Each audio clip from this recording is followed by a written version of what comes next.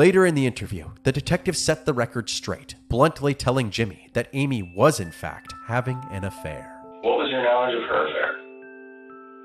I don't think she had an affair. To my knowledge, I have no idea. I wouldn't think it was possible. There was a lot of stuff that she had tried to delete there, but, I mean, we're talking, telling this other guy she loves him. I think that you're both I'm not. I'm not going to lie to you today, and I haven't. So I'll just tell you right now, I don't believe it. Jimmy seemed to be in denial, so the detective printed off some excerpts from Amy's conversations with George, some more risque than others. And then the chats lead up to the 14th, the same day that this happened. Clearly there was something going on between these two people. As someone who had a say in every aspect of Amy's life, he seemed completely blindsided by her secret life with George. He wanted more answers. Can you pull phone records to see if there's any numbers that I can see that I don't recognize? And that's to me, is crushing to think that she even has some alternate life. I legitimately, I still don't all the way believe you guys. I don't think that she has the capacity to do that. Like I said, this is the most shocking, I can't even process it. In a last-ditch effort to elicit a confession, the detective asked Jimmy if he would take a polygraph test. Jimmy agreed and maintained his innocence the entire time. Ultimately, the test results were inconclusive.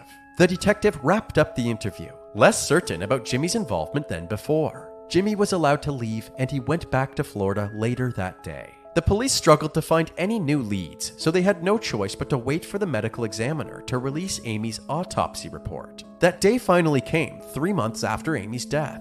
It was confirmed that the cause of death was strangulation asphyxiation, but the manner of death was undetermined, requiring additional investigation. The ball was back in Detective Rothman's court, but finding more evidence to determine whether or not this was a homicide was easier said than done. He meticulously looked through all of the evidence, including the body cam footage. He stumbled upon the moment that Officer Horn noticed how low the basement ceiling was, and he suddenly had an idea. Rothman reached out to a forensic engineering lab in Michigan and asked them to recreate the scenario Jimmy had supposedly stumbled upon. After many months of preparation, testing, and analyzing the results, the lab determined that under the same circumstances, her feet would have made contact with the ground.